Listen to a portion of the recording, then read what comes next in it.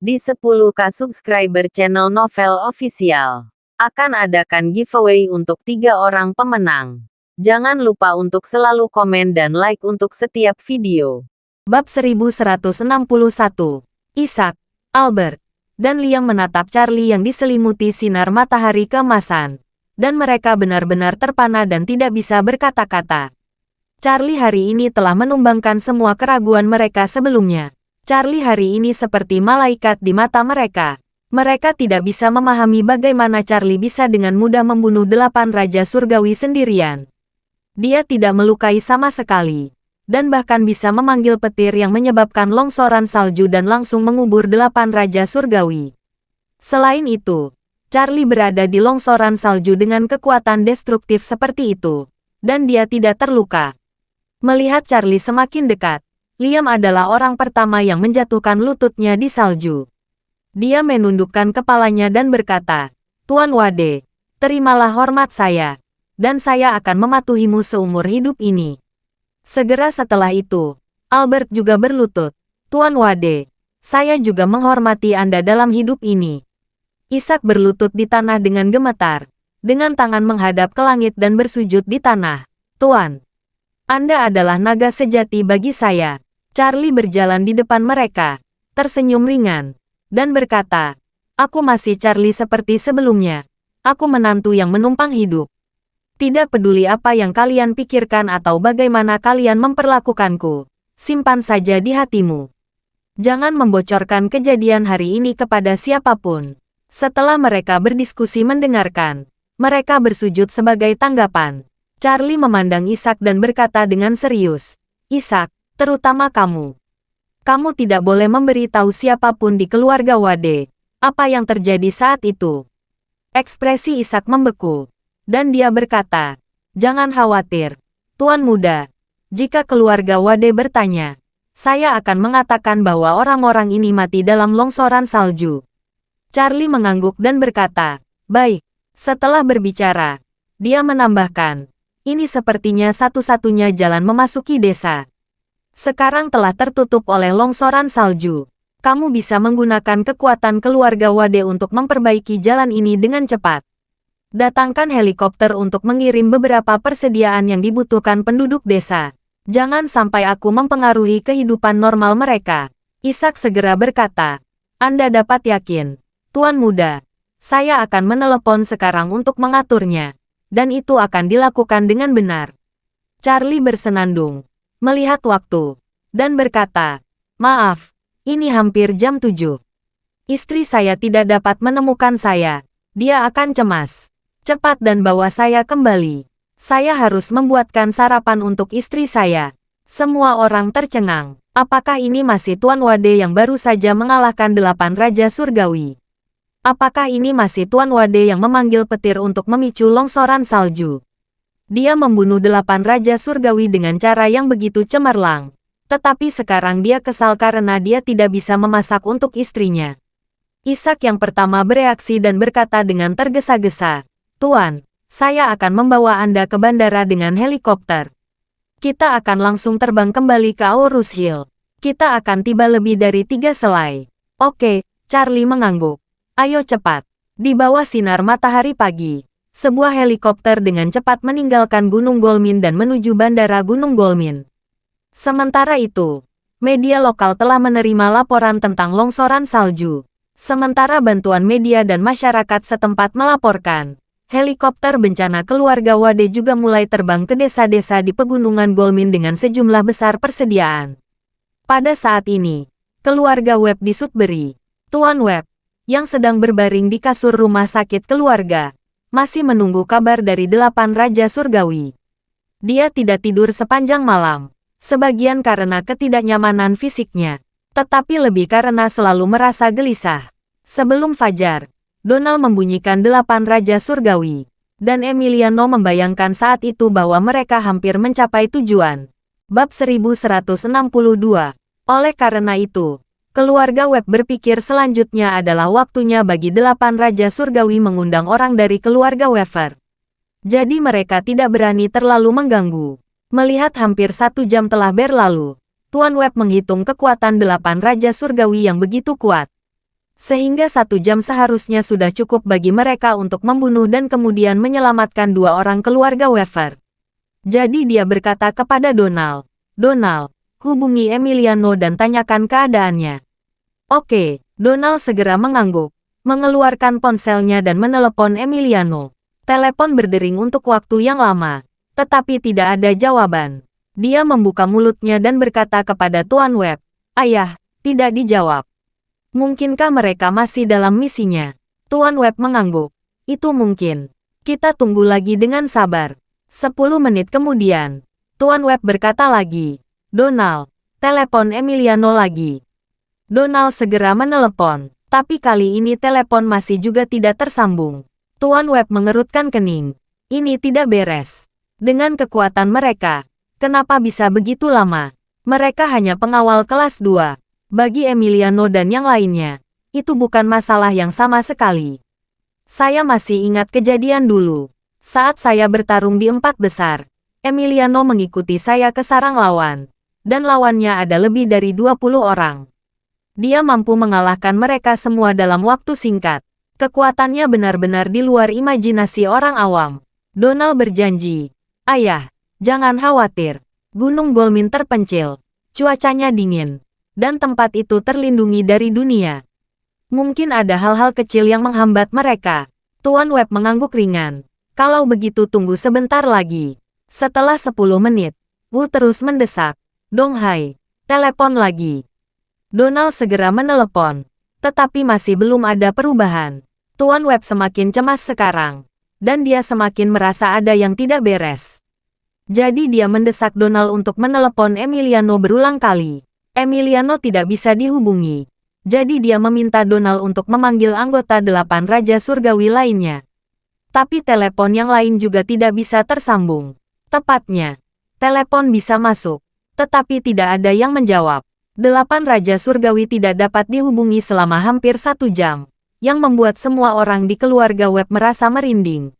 Bagaimana bisa 8 Raja Surga menghilang sekaligus? Ini juga tidak realistis. Apalagi jika 8 Raja Surgawi menghadapi lawan yang kuat.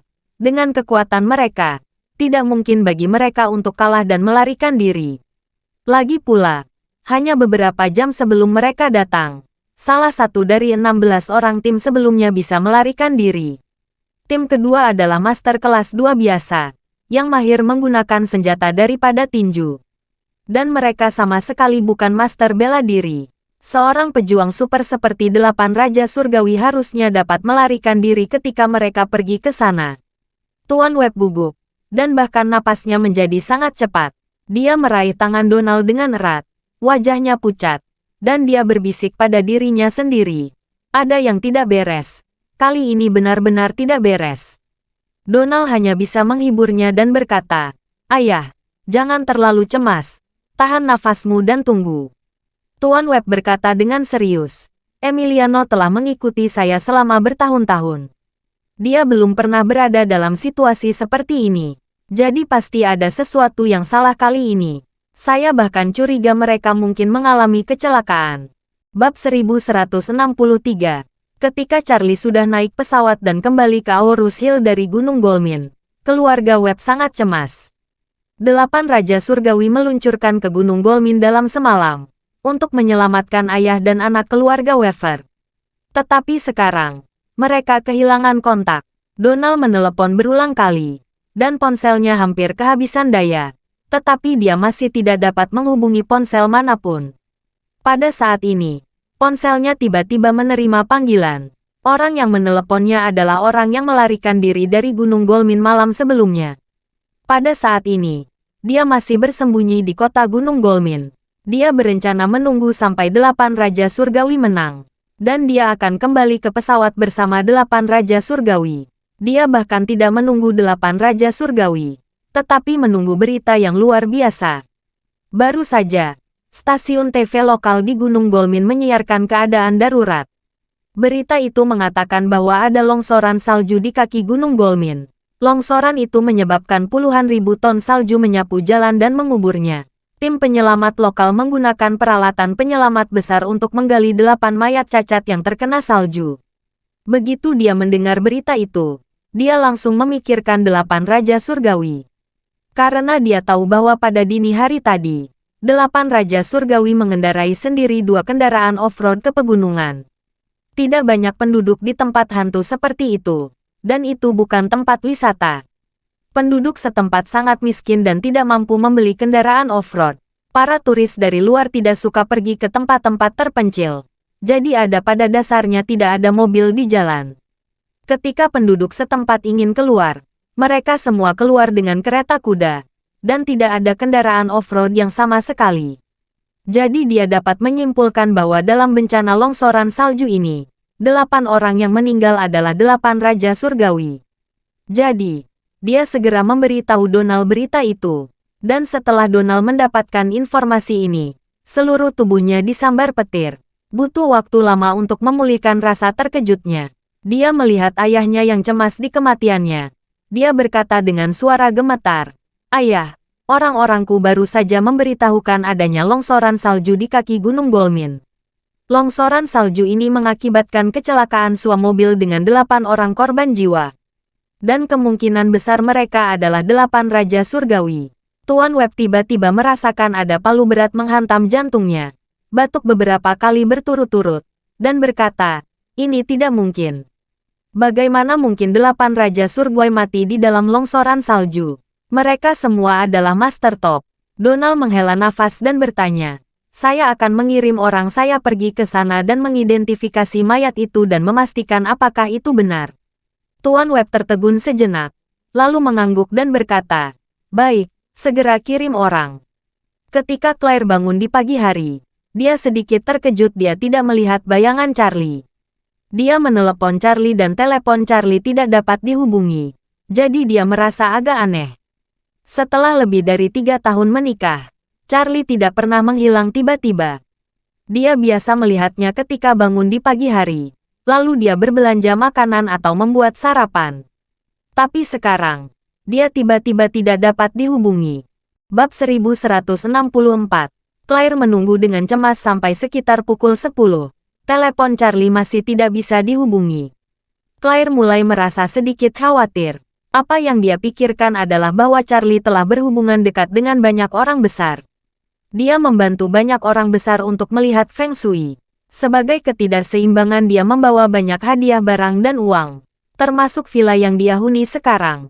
Semakin dia memasang, semakin dia merasa khawatir. Sebelumnya, Claire takut suatu hari Charlie akan mengalami badai petir, seperti produk keuangan yang menggelegar itu, dan tiba-tiba reputasinya hancur. Jika dia benar-benar hancur, orang-orang besar itu pasti tidak akan melepaskannya begitu saja. Tepat ketika Claire memutarnya, Charlie menelepon. Begitu Claire menjawab telepon, dia segera berteriak dan bertanya, "Hei, Charlie, dari mana saja kamu?" Charlie saja turun dari pesawat dan hendak naik helikopter. Jadi dia berkata kepada Claire, "Istriku, saya baru saja menunjukkan seorang teman baru pagi ini untuk melihat Feng Shui. Feng Shui keluarga mereka cukup aneh, jadi saya tidak bisa menggunakan ponsel. Untuk menilai keberuntungan Feng Shui, saya mematikan ponsel saya. Kamu melihat Feng Shui lagi." Claire merasa kesal, dan berkata, "Charlie, bukankah kita sudah sepakat? Saya ingin tidak menunjukkan Feng Shui lagi kepada orang lain di masa depan." Charlie buru-buru berkata, "Istriku, kali ini saya tidak membantu orang-orang besar. Ini teman saya waktu di panti asuhan. Dia memiliki nasib buruk baru-baru ini. Jadi dia meminta saya untuk datang dan melihat-lihat. Saya tidak mau menerima uangnya." Claire merasa lega setelah mendengar apa yang dia katakan, dan bertanya, "Lalu kapan kamu akan pulang?"